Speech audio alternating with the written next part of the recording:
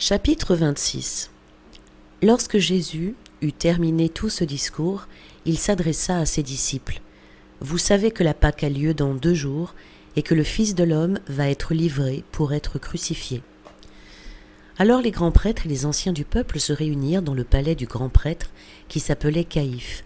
Ils tinrent conseil pour arrêter Jésus par ruse et le faire mourir. Mais ils se disaient « pas en pleine fête », afin qu'il n'y ait pas de trouble dans le peuple. Comme Jésus se trouvait à Béthanie, dans la maison de Simon le lépreux, alors là je m'arrête, était-il encore lépreux? Probablement non. Un lépreux ne pouvait pas recevoir de visiteurs chez lui, ni vivre dans un village. Il devait vivre à l'écart. Le fait que Jésus et d'autres personnes soient dans sa maison suggère très fortement que Simon a été guéri auparavant, mais qu'il est encore appelé le lépreux par habitude ou pour l'identifier. C'est comme un surnom. C'était courant d'associer une personne à une ancienne condition ou occupation. D'ailleurs, Matthieu lui-même a un surnom, il se nomme lui-même Matthieu le publicain.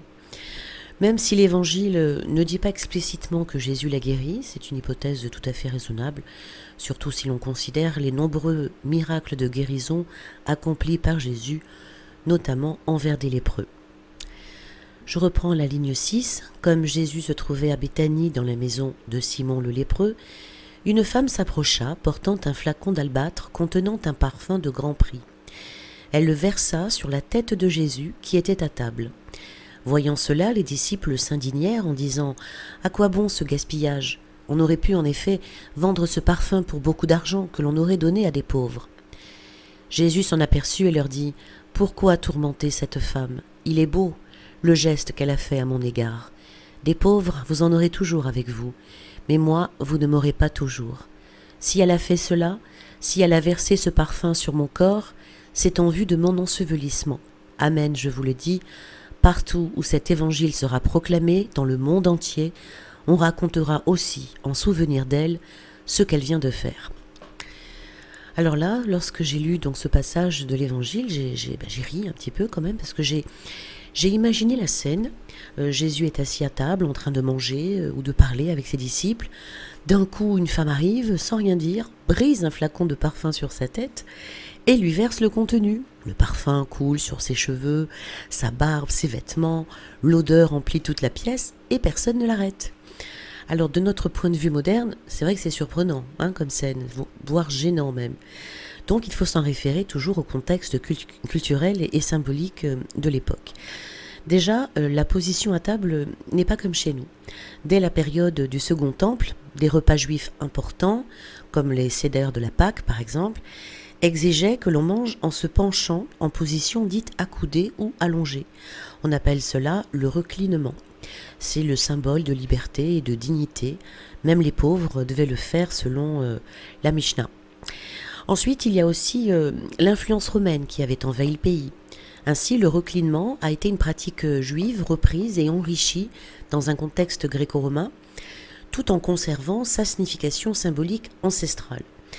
On le voit dans les évangiles, des passages comme Luc ou Jean mentionnent des actions, laver les pieds, accoudement, proximité de disciples, qui présupposent un repas en position reclinée, plutôt qu'assis sur des chaises. Des textes anciens, comme Joséphus, mentionnent que les repas plus formels, notamment la Pâque, se prenaient dans cette position de reclinement.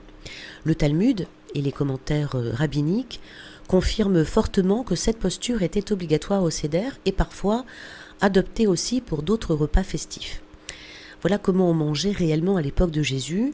Les convives étaient allongés sur le côté gauche, appuyés sur le coude gauche. Ils mangeaient avec la main droite. Ils étaient disposés autour d'un plateau ou d'une table basse, en demi-cercle ou en U. Les pieds étaient à l'extérieur, ce qui explique pourquoi dans certains passages on lit que quelqu'un peut s'approcher des pieds d'un invité. On le verra dans Luc quand la femme lave les pieds de Jésus. Ce n'était pas une position bien sûr de tous les jours, mais c'était réservé pour des repas solennels. Il est très probable d'ailleurs que la scène elle-même ait eu lieu dans ce cadre. Un repas pascal, pris dans une salle aménagée avec les disciples, allongés autour de la table, Et cela permet aussi de mieux comprendre certains détails des évangiles.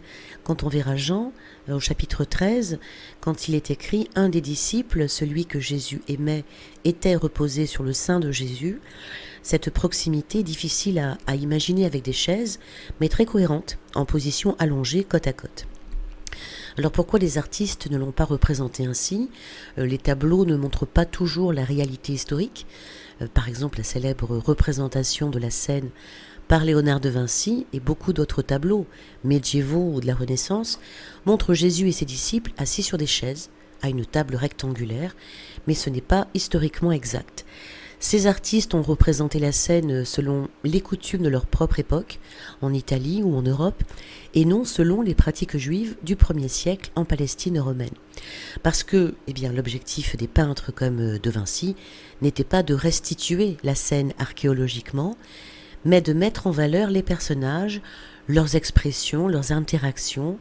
Une longue table droite permet de voir tous les visages d'un coup. Et puis ce geste qui m'a fait un peu rire, de renverser du parfum comme ça sur les gens à table, ce n'est pas un geste courant du quotidien à l'époque. Verser du parfum sur la tête d'un invité était parfois un signe d'honneur ou d'hospitalité, surtout dans l'Antiquité orientale. On peut s'en référer au psaume 23, « Tu oins d'huile ma tête et ma coupe déborde ». Mais ici, il ne s'agit pas d'un petit geste de politesse, le parfum est extrêmement coûteux. On verra le parallèle avec Marc, qui dit qu'il valait plus de 300 deniers, soit environ une année de salaire pour un ouvrier. Et la femme ne met pas quelques gouttes, elle brise carrément le flacon et verse tout sur Jésus. Donc c'est un acte exceptionnel, extravagant et chargé de symbolisme. Les disciples s'indignent, ils voient ça comme du gaspillage, ils se disent « cet argent aurait pu être mieux utilisé pour aider les pauvres ». C'est une réaction apparemment raisonnable, on va dire, mais ils ne perçoivent pas la portée spirituelle du geste. Et la réponse de Jésus, il défend la femme avec une grande tendresse. Il dit « elle a fait une bonne action envers moi ». Alors le mot grec ici est kalon, qui signifie beau, noble, pas juste bon, comme c'est écrit là dans la traduction. Ce terme, c'est une action belle, on va dire, dans son intention et sa symbolique. Vous avez toujours les pauvres avec vous, continue Jésus. Alors Jésus ne dévalorise pas l'aide aux pauvres, bien sûr. Il rappelle simplement que sa présence physique parmi eux est brève. C'est un moment unique. Et elle l'a fait pour ma sépulture. C'est fort. Cette femme est peut-être, sans le savoir pleinement, la seule à anticiper la mort imminente de Jésus. À l'époque, on parfumait le corps avant l'ensevelissement. Donc ce geste a une valeur prophétique. Et le verset 13, c'est une mémoire éternelle. Partout où l'évangile sera annoncé, on racontera ce qu'elle a fait. Jésus promet que cet acte ne sera jamais oublié. C'est une manière de dire ce geste d'amour gratuit, de sacrifice parce que vraiment ça coûtait une année de salaire quand même, et ce n'étaient pas des gens riches qui l'invitaient. Donc ce geste d'amour, de sacrifice, de discernement spirituel a une portée éternelle. Alors l'un des 12, nommé Judas Iscariote, se rendit chez les grands prêtres et leur dit « Que voulez-vous me donner si je vous le livre ?» Ils lui remirent 30 pièces d'argent. Et depuis, Judas cherchait une occasion favorable pour le livrer. Ce passage montre clairement que c'est Judas qui agit de son propre chef, poussé par une motivation pécuniaire, sans qu'on lui propose de trahir ou qu'on l'incite à le faire. Les autres évangiles donnent des nuances complémentaires, on le verra, mais brièvement, Marc, il est similaire à Matthieu, mais plus sobre et sans mention explicite de montant, par contre, lui. Il ne précise pas non plus si Judas l'a proposé lui-même ou s'il a été recruté. Et ce sera Luc, on le verra aussi, qui introduit un élément spirituel, quand il dit « alors Satan entra en Judas ». Ici, la tentation ou l'influence du mal est mise en avant, avec l'idée que Judas collabore avec Satan, plutôt que ce soit lui qui propose d'abord. Bon, ça c'est Luc, mais là pour l'instant on est sur Matthieu, et Matthieu, d'après donc ces trois lignes, on comprend clairement que c'est Judas qui agit donc de son propre chef pour trahir Jésus. Le premier jour de la fête des pains sans levain, les disciples s'approchèrent et dirent à Jésus « Où veux-tu que nous te fassions les préparatifs pour manger la Pâque ?» Il leur dit « Allez à la ville, chez un tel, et dites-lui « Le maître te fait dire, mon temps est proche, C'est chez toi que je veux célébrer la Pâque avec mes disciples. » Les disciples firent ce que Jésus leur avait prescrit, et ils préparèrent la Pâque. Le soir venu, Jésus se trouvait à table avec les 12. Pendant le repas, il déclara « Amen, je vous le dis, l'un de vous va me livrer. » Profondément attristés, ils se mirent à lui demander chacun son tour « Serait-ce moi, Seigneur ?» Alors là, je me suis arrêtée aussi, évidemment. Comment peuvent-ils poser cette question? Ils doutent d'eux-mêmes. Logiquement, ils auraient dû répondre mais non, ce n'est pas moi, Seigneur, en fait, je ne te trahirai jamais. » Mais répondre « Serait-ce moi, Seigneur ?» c'est comme s'ils voulaient que Jésus lui-même les réconforte. Alors pourquoi cette réaction? Pourquoi posent-ils cette question au lieu d'affirmer leur fidélité, en disant « Eh bien, Seigneur, jamais je ne ferai une chose pareille, et tu le sais très bien », ou un truc de ce genre. Ils doutent d'eux-mêmes. On va prolonger dans la scène et la visualiser pour mieux comprendre. Jésus dit qu'un des 12, donc pas un homme quelconque, mais un des très proches, va le livrer. Le choc est immense. Et dans cette tension, leur cœur s'affole. Serait-ce moi? Et si, sans le vouloir, je me trompais? Et si je devenais faible? Et si je trahissais sans m'en rendre compte? C'est une réaction de vulnérabilité spirituelle, un aveu d'impuissance. Je ne veux pas trahir, mais suis-je assez fort?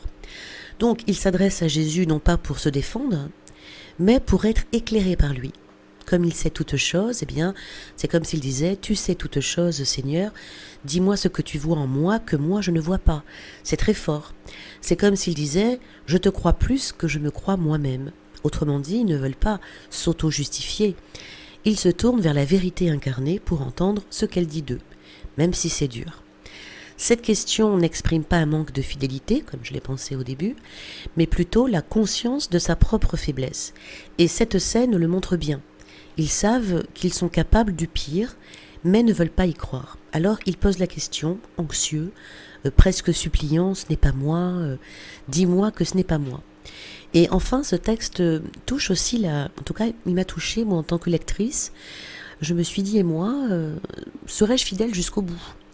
C'est une invitation à l'examen de conscience. Les apôtres sont bouleversés, mais en posant cette question, ils nous invitent aussi à la poser. Seigneur, serais-je capable de te trahir moi aussi? Donc cette tension, ce doute, ce vertige, c'est profondément humain. C'est même presque rassurant, je dirais, parce que ces hommes qu'on appelle saints, en fait, étaient comme nous, pleins de foi et pleins de peur aussi. C'est le cri de ceux qui veulent rester fidèles, mais savent que leur foi peut fléchir. Et au fond, n'est-ce pas la prière la plus humble que de dire « Seigneur, garde-moi de moi-même » ? Prenant la parole, il dit « Celui qui s'est servi au plat en même temps que moi, celui-là va me livrer. » Le Fils de l'homme s'en va, comme il est écrit à son sujet. Mais malheureux celui par qui le Fils de l'homme est livré. Il vaudrait mieux pour lui qu'il ne soit pas né, cet homme-là. Judas, celui qui le livrait, prit la parole. « Rabbi, serait-ce moi ?» Jésus lui répond « C'est toi-même qui l'as dit. » Donc Judas savait, Jésus savait, alors pourquoi cette hypocrisie de la part de Judas? On peut penser à plusieurs raisons possibles selon les lectures, parce que quand même, lorsque Judas dit « Rabbi, serait-ce moi ?» il sait très bien que c'est lui. Donc est-ce une provocation? Certains y voient une forme de défi, comme « je sais que tu sais, et alors ?» Ce serait une arrogance glaçante, le mal qui assume de faire le mal en face de la vérité. Mais ce n'est pas la seule lecture possible, et moi je ne le vois pas comme ça. Moi je pense plutôt que, en fait, il est possible que Judas, à ce moment-là, espérait encore une ambiguïté, un non rassurant de la part de Jésus. Comme parfois on pose une question dont on connaît la réponse, mais on espère que l'autre dira autre chose. Il aurait pu penser, alors peut-être, ce sont mes réflexions, il aurait pu penser peut-être que je n'irai pas jusqu'au bout, peut-être que Jésus va me retenir, ou me pardonner avant. Mais Jésus ne lui dit ni oui ni non, il lui dit « c'est toi qui le dis ». Et ça m'a fait penser aussi à un petit jeu d'enfant, vous savez, c'est qui le dit, qui est, bon. Quand Jésus répond « c'est toi qui le dis », et il va le dire souvent, ce n'est pas enfantin évidemment, c'est déroutant, et il le fait délibérément, car Jésus ne cherche pas à condamner brutalement, il tend un miroir, toujours, il renvoie Judas à sa propre parole. Tu le dis, tu sais ce que tu fais, tu viens de te nommer toi-même. Donc ce n'est pas une esquive, c'est une manière douce et terrible à la fois de dire la vérité. En fait, cette phrase de Jésus revient souvent dans l'Évangile, on le verra quand Pilate lui dira « Es-tu roi ?» et que Jésus répond « C'est toi qui le dis », on le verra dans le chapitre prochain, dans le chapitre 27. C'est une manière pour Jésus de dire « Tu connais déjà la vérité et c'est toi qui dois la reconnaître ». En clair, donc, Jésus n'accuse pas Judas, il l'invite à voir clair. Judas aurait pu comprendre à cet instant qu'il était encore temps. Jésus lui répond sans haine, sans mépris, avec une clarté désarmante, mais Judas n'écoute pas. Il quitte la table et va livrer son maître. Ce sont justement ces mots simples, « Serait-ce moi, c'est toi qui le dis », qui peuvent bousculer le plus profondément, car ils obligent à s'interroger. Moi, ça m'a obligé en fait à m'interroger. Qui suis-je vraiment ? Suis-je fidèle ? Est-ce que je joue un rôle, moi aussi ? En fait, ce jeu de miroir entre Judas et Jésus est terrible et silencieux, mais il parle à chacun de nous. Jésus ne répond pas comme on le ferait nous, parce que Jésus ne juge pas avec violence. Il laisse à chacun la possibilité de voir la vérité en face, même Judas. Je reprends ligne 26. Pendant le repas, Jésus, ayant pris du pain et prononcé la bénédiction, le rompit, et le donnant aux disciples, il dit « Prenez, mangez, ceci est mon corps ». Alors là, pardon, je vais m'arrêter aussi, parce que je m'arrête à chaque fois que je me suis arrêtée. Je me suis demandé, c'est tout. Il parle de trahison, il donne son corps et il mange comme si de rien n'était. Personne ne réagit, alors c'est étrange. Et ce silence est justement chargé de sens. Il faut voir le contexte immédiat. Donc, Jésus annonce « L'un de vous va me livrer ». Il s'attriste, il demande chacun « Serait-ce moi, Seigneur ?» Judas « Serait-ce moi, Rabbi ?» Jésus « C'est toi qui l'as dit ?» Et là, immédiatement après, Jésus prend le pain, le rompt, le donne et dit « Prenez, mangez, ceci est mon corps ». Personne ne parle, personne ne proteste, il mange. Alors pourquoi ce silence ? Pourquoi cette étrange suite de choses, me suis-je demandé ? Eh bien, parce que c'est une parole en fait trop grande pour être comprise sur le moment. Jésus vient de faire deux choses bouleversantes. Annoncer qu'il va être trahi par l'un d'eux et dire « Ceci est mon corps ». Ce sont deux annonces que l'esprit humain ne peut pas intégrer d'un seul coup. Manger la chair d'un homme est impensable, et penser qu'un maître va se laisser trahir et tuer volontairement, c'est encore plus incompréhensible. C'est comme s'ils étaient tous sidérés. C'est comme ça que je me suis représenté la scène. Et dans la sidération, on se tait, on obéit, on fait ce qu'on ne comprend pas encore. Et Jésus prend le contrôle du silence en fait. L'ordre des choses est le suivant. Jésus ne dit pas « Voici mon corps, maintenant écoutez-moi longuement ». Non, non, il donne son corps dans l'action même de rompre le pain. Il ne commente pas, il agit. Le silence des disciples ici n'est pas forcément donc un désintérêt de ce qu'il a dit auparavant, la trahison. C'est peut-être un respect mêlé de peur, d'incompréhension et de gravité.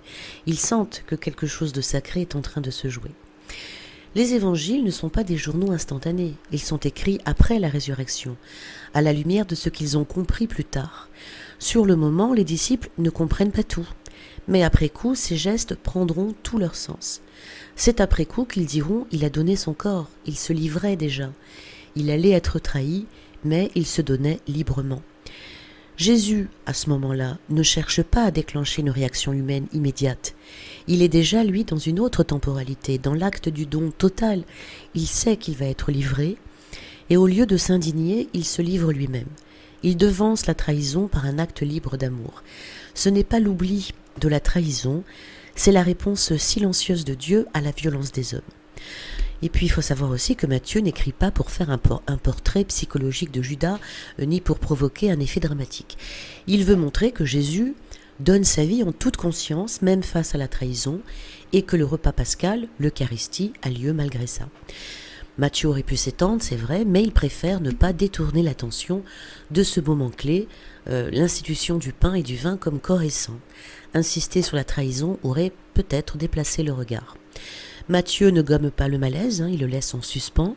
Ce n'est ni une omission ni un oubli, c'est une manière de faire réfléchir silencieusement le lecteur. Comment peut-on trahir l'amour au moment même où il se donne, c'est magnifique. Ligne 27.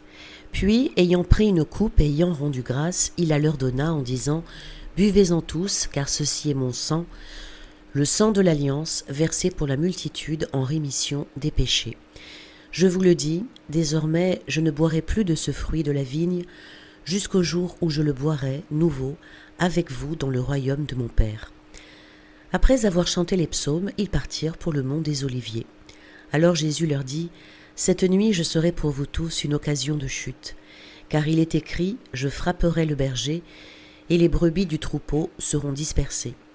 Mais une fois ressuscité, je vous précéderai en Galilée. » Prenant la parole, Pierre lui dit, « Si tous viennent à tomber à cause de toi, moi je ne tomberai jamais. » Jésus lui répondit, « Amen, je te le dis, cette nuit même, avant que le coq chante, tu m'auras renié 3 fois. » Pierre lui dit, « Même si je dois mourir avec toi, je ne te renierai pas. » Et tous les disciples dirent de même. Alors examinons ce passage attentivement. Le verset parle bien de tous les disciples, sans exception. Et Judas Iscariote fait encore partie du groupe à ce moment-là. Il est toujours présent jusqu'à la trahison au jardin de Gethsémani qui arrive un peu plus tard dans la nuit. Donc oui, si on lit littéralement et logiquement, Judas est inclus dans ce tous. On ne sait pas mot pour mot ce que chacun des disciples a dit à cet instant. L'Évangile ne cite que la phrase de Pierre, puis résume. Et tous les disciples dirent de même. Donc il est très possible que Judas lui aussi ait acquiescé ou dit quelque chose dans ce sens. Ce serait alors une hypocrisie totale. Et c'est ce qui rend la scène encore plus dramatique. Cela rend sa trahison encore plus lourde. Il a participé au geste de loyauté alors qu'il préparait l'acte de trahison. Ce verset a vraiment une fonction narrative très forte. Il met en parallèle les promesses des disciples, Pierre en tête, avec leur future chute. Pierre reniera Jésus 3 fois, les autres s'enfuiront, Judas le livrera. C'est une mise à nu de la fragilité humaine, même chez les plus proches du Christ. Alors Jésus parvient avec eux à un domaine appelé Gethsémani et leur dit « Asseyez-vous ici pendant que je vais là-bas pour prier. » Il emmena Pierre ainsi que Jacques et Jean, les 2 fils de Zébédée, et il commença à ressentir tristesse et angoisse. Il leur dit alors « Mon âme est triste à en mourir, restez ici et veillez avec moi. » Allant un peu plus loin, il tomba face contre terre en priant et il disait « Mon Père, s'il est possible que cette coupe passe loin de moi, cependant non pas comme moi je veux, mais comme toi tu veux. » Alors là, ça me rappelle une discussion que j'ai eue avec une personne qui n'était pas chrétienne, qui était d'une autre religion, et qui s'est servi de cette phrase-là, vraiment ce passage-là, pour me dire c'est absurde, Jésus prie Dieu, donc il n'est pas Dieu, Dieu ne va pas se prier lui-même. Voilà.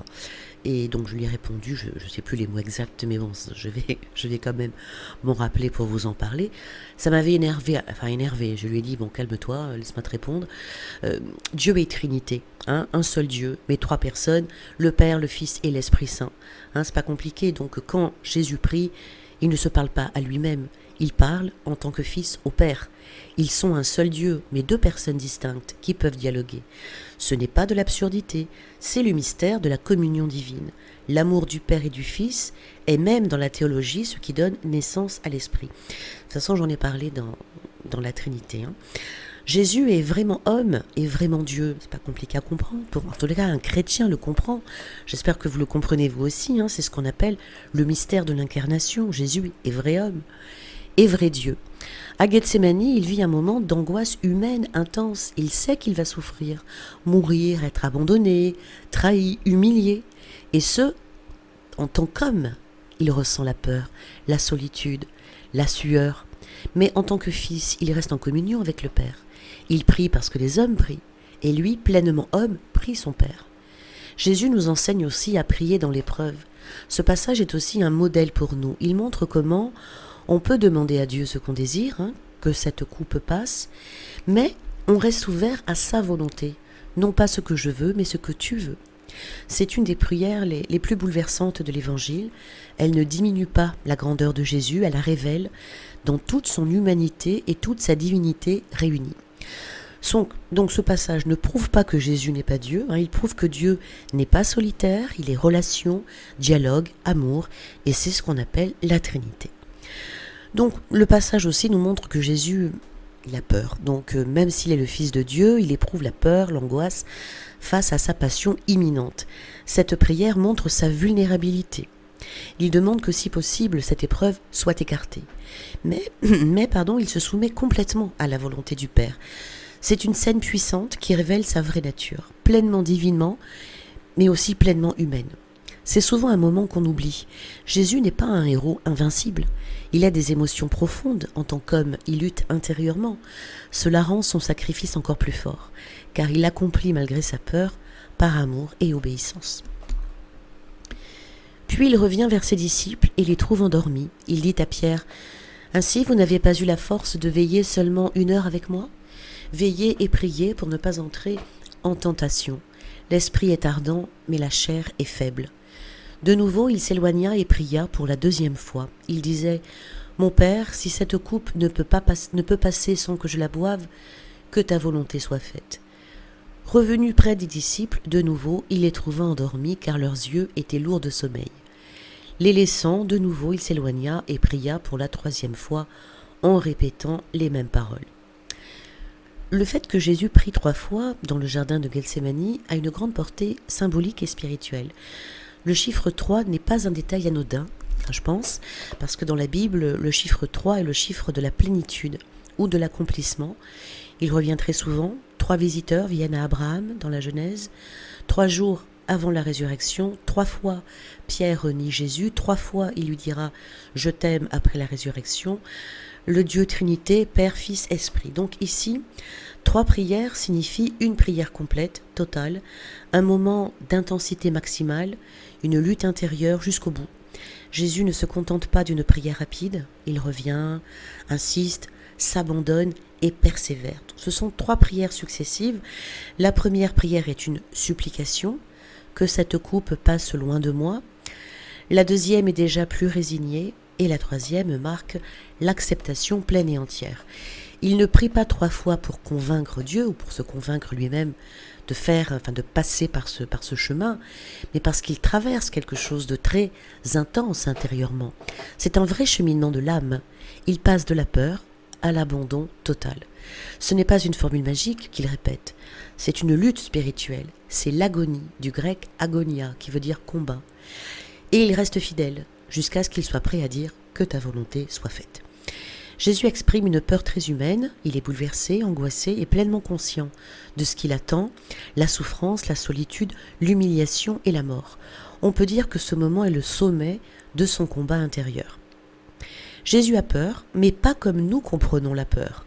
Ce n'est pas la panique ou la fuite, mais une angoisse profonde, un tremblement devant le poids de la mission. Il sait qu'il portera le péché du monde, qu'il sera séparé de Dieu dans un sens mystérieux, et cette coupe est terrible. Mais ce choix est libre. Ce n'est pas un destin imposé. Jésus choisit de se soumettre à la volonté du Père, et ce choix, il le fait dans la prière, à genoux, face contre terre, seul dans la nuit. Donc ce n'est pas une faiblesse, c'est, au contraire, je pense, la plus grande force. Non pas comme moi je veux, mais comme toi tu veux. Je trouve ça tellement grand, c'est magnifique. Alors il revient vers les disciples et leur dit : « Désormais vous pouvez dormir et vous reposer. Voici qu'elle est proche, l'heure où le Fils de l'homme est livré aux mains des pécheurs. Levez-vous, allons, voici qu'il est proche, celui qui me livre. » Jésus parlait encore lorsque Judas, l'un des 12, arriva, et avec lui une grande foule armée d'épées et de bâtons, envoyés par les grands prêtres et les anciens du peuple. Celui qui le livrait leur avait donné un signe. « Celui que j'embrasserai, c'est lui, arrêtez-le. » Aussitôt, s'approchant de Jésus, il lui dit « Salut, Rabbi !» et il l'embrassa. Dans la culture juive du 1er siècle, embrasser quelqu'un sur la joue était un signe de respect, d'affection ou de soumission, un peu comme une salutation fraternelle entre disciples et maîtres. Judas l'utilise pour identifier Jésus sans attirer l'attention. Les soldats ne le connaissaient probablement pas physiquement. Agir sans que les autres disciples ne comprennent tout de suite ce qu'il se passe. Et dissimuler son acte derrière un geste qui normalement inspire la confiance. C'est un contraste symbolique fort, parce que Judas aurait pu simplement dire « c'est lui ». Mais ça n'aurait pas produit ce choc symbolique. Le baiser rend la scène presque théâtrale, mais pas au sens artificiel, mais dans un sens puissant, dramatique, intense. C'est un geste sacré perverti. Le baiser de Judas, c'est la tendresse utilisée comme une arme. Jésus lui dit « Mon ami, ce que tu es venu faire, fais-le. Alors ils s'approchèrent, mirent la main sur Jésus et l'arrêtèrent. Là, évidemment, je me suis arrêtée aussi. Jésus appelle Judas mon ami quand même, au moment de la trahison. Est-ce une erreur de traduction, me suis-je demandé. Alors le mot exact, dans le texte grec en tous les cas, dont je l'écris, parce que je ne sais pas le dire, éther peut-être, ce mot n'est pas le mot habituel pour ami intime, qui est plutôt philos, celui qu'on trouve dans des phrases comme Lazare, notre ami ou l'ami de l'époux. Ce mot qui est écrit là dans l'évangile, donc éther, est un mot plus formel, parfois ironique, et peut aussi être traduit par compagnon, camarade, ou même de manière neutre, toi ou monsieur, presque comme un monsieur X. Et ce mot apparaît 3 fois dans Matthieu 20, Matthieu 22 et Matthieu 26, donc là. Le maître du domaine s'adresse à l'ouvrier mécontent, mon ami, je ne te fais pas de tort. Ou alors, quand le roi parle à l'homme sans habit de noces, mon ami, comment es-tu entré ici avant de le faire jeter dehors ? Et donc Jésus qui dit à Judas, mon ami, ce que tu es venu faire, fais-le. Et dans chaque cas, le terme est chargé de tension ou d'ironie douce. Le mot n'est pas affectueux, comme on pourrait le penser. Voilà. Alors pourquoi Jésus dit cela à Judas ? Bien, il y a aussi plusieurs lectures possibles. Une interprétation solennelle qui n'est pas affective. Jésus ne se moque pas, mais il ne l'accueille pas avec tendresse non plus. Ce n'est pas un mot d'amour, mais une façon digne et mesurée de s'adresser à celui qui va le trahir, comme s'il disait « fais ce que tu as à faire, je sais, tu sais, Dieu sait ». Ou alors c'est peut-être une dernière porte ouverte à la conscience de Judas. Certains exégètes pensent que Jésus emploie ce mot volontairement, sans violence ni accusation, pour laisser à Judas une ultime possibilité de se ressaisir et de comprendre l'horreur de son geste. Voilà, en tous les cas, ce n'est pas une erreur de traduction, mais une nuance difficile à rendre en français. Il ne faut pas entendre ami au sens affectif moderne, mais plutôt toi qui m'étais proche, mais dont le cœur s'est détourné. L'un de ceux qui étaient avec Jésus, portant la main à son épée, l'attira, frappa le serviteur du grand prêtre et lui trancha l'oreille. Alors Jésus lui dit « Rentre ton épée, car tous ceux qui prennent l'épée périront par l'épée. Crois-tu que je ne puisse pas faire appel à mon Père ? Il mettrait aussitôt à ma disposition plus de 12 légions d'anges. Mais alors, comment s'accompliraient les Écritures, selon lesquelles il faut qu'il en soit ainsi ? À ce moment-là, Jésus dit aux foules, « Suis-je donc un bandit pour que vous soyez venus vous saisir de moi avec des épées et des bâtons ? Chaque jour dans le temple, j'étais assis en train d'enseigner, et vous ne m'avez pas arrêté. » Mais tout cela est arrivé pour que s'accomplissent les écrits des prophètes. Alors tous les disciples l'abandonnèrent et s'enfuirent. Ceux qui avaient arrêté Jésus l'amenèrent devant Caïphe, le grand prêtre, chez qui s'étaient réunis les scribes et les anciens. Quant à Pierre, il le suivait à distance, jusqu'au palais du grand prêtre. Il entra dans la cour et s'assit avec les serviteurs pour voir comment cela finirait. Les grands prêtres et tout le conseil suprême cherchaient un faux témoignage contre Jésus pour le faire mettre à mort. Ils n'en trouvèrent pas. Pourtant, beaucoup de faux témoins s'étaient présentés. Finalement, il s'en présenta 2, qui déclarèrent « Celui-là a dit « Je peux détruire le sanctuaire de Dieu et en 3 jours le rebâtir. » Alors le grand prêtre se leva et lui dit « Tu ne réponds rien ? Que dis-tu des témoignages qu'il porte contre toi ?» Mais Jésus gardait le silence. Le grand prêtre lui dit « Je t'adjure par le Dieu vivant de nous dire si c'est toi qui es le Christ, le Fils de Dieu. » Jésus lui répond « C'est toi-même qui l'as dit. En tout cas, je vous le déclare. Désormais, vous verrez le Fils de l'homme siéger à la droite du Tout-Puissant et venir sur les nuées du ciel. » Alors le grand prêtre déchira ses vêtements en disant « Il a blasphémé. Pourquoi nous faut-il encore des témoins ? Vous venez d'entendre le blasphème. Quel est votre avis ?» Ils répondirent « Il mérite la mort. » À l'époque de Jésus, le blasphème était bel et bien considéré comme un crime capital selon la loi juive.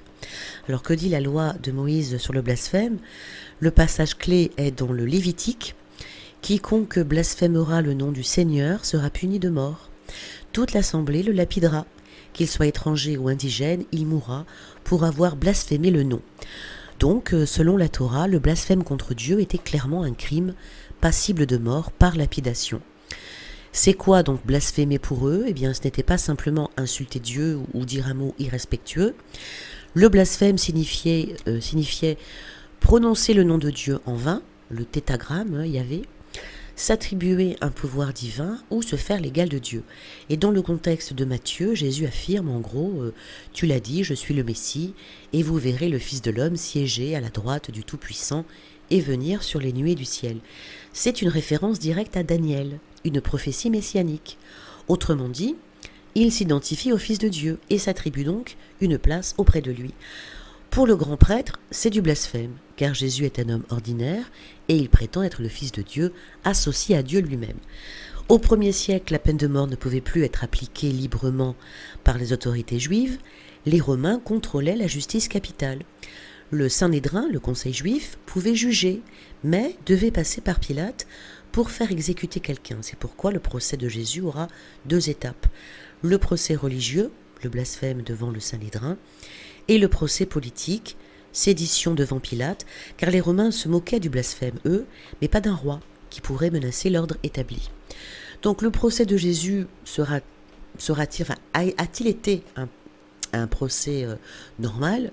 Non, même selon les lois juives de l'époque, juger la nuit était interdit, un procès pour crime capital devait s'étendre sur 2 jours, les accusés devaient avoir des défenseurs, une sentence de mort ne pouvait pas être prononcée immédiatement. Et tout ça a été bousculé dans le cas de Jésus. Il y avait une urgence politique et religieuse pour s'en débarrasser au plus vite. Alors ils lui crachèrent au visage et le giflèrent. D'autres le rouèrent de coups en disant « Fais-nous le prophète, ô Christ, qui t'a frappé ?» Cependant Pierre était assis dehors dans la cour. Une jeune servante s'approcha de lui et lui dit « Toi aussi tu étais avec Jésus le Galiléen ?» Mais il le nia devant tout le monde et dit « Je ne sais pas de quoi tu parles. » Une autre servante le vit sortir en direction du portail, et elle dit à ceux qui étaient là « Celui-ci était avec Jésus, le Nazaréen. » De nouveau Pierre le nia en faisant ce serment « Je ne connais pas cet homme. » Peu après, ceux qui se tenaient là s'approchèrent et dirent à Pierre « Sûrement toi aussi tu es l'un d'entre eux. D'ailleurs ta façon de parler te trahit. » Alors il se mit à protester violemment et à jurer « Je ne connais pas cet homme. » Et aussitôt, un coq chanta. Alors Pierre se souvint de la parole que Jésus lui avait dite « Avant que le coq chante, tu m'auras renié 3 fois. » Il sortit et dehors pleura amèrement. Donc la peur de Pierre est une peur humaine, c'est une peur spontanée, instinctive. Pierre renie Jésus par peur pour sa propre vie. Il est dans une cour cernée de gens hostiles. Il a peur d'être arrêté, battu, tué comme son maître. Sa peur est centrée sur lui-même. Elle est instinctive et incontrôlée, et elle est marquée par la faiblesse humaine. Il ne renie pas Jésus par malice, mais parce que son courage s'effondre. Il est pris de panique, comme n'importe qui, et quand le coq chante, il pleure amèrement car il se rend compte de sa faiblesse. Jésus aussi ressent l'angoisse, mais ce n'est pas une peur égoïste ou instinctive. La peur de Jésus est lucide, il sait ce qu'il va souffrir. Sa peur, elle est portée en prière, et elle est vaincue par l'amour et offerte librement. Jésus n'agit pas pour se protéger, mais pour sauver les autres. Donc le mot peur est trop pauvre pour dire ces 2 réalités. Pierre subit la peur, Jésus traverse la peur, l'un cède, l'autre se donne.